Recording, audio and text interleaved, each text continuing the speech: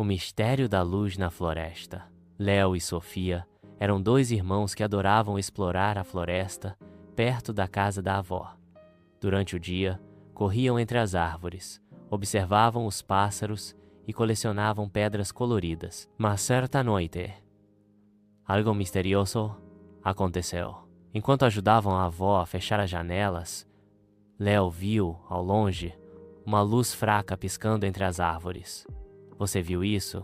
perguntou ele a Sofia, curiosa. A irmã olhou pela janela e percebeu o brilho intermitente na floresta. "Pode ser uma lanterna? Ou algo mágico?" disse Sofia, animada. Decidiram investigar na manhã seguinte.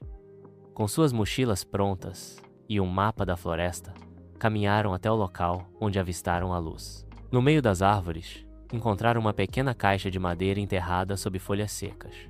Ao abrirem a caixa, descobriram uma lanterna antiga e um bilhete amarelado. "Se você encontrou isso, significa que gosta de mistérios tanto quanto eu. Esta lanterna pertenceu ao meu avô, que adorava explorar esta floresta. Espero que ela ilumine suas aventuras." Léo e Sofia ficaram encantados com a descoberta. Eles perceberam que a floresta guardava histórias e que cada mistério revelava algo especial. A partir daquele dia, levavam a lanterna sempre que saíam para explorar, imaginando todas as aventuras que ainda estavam por vir.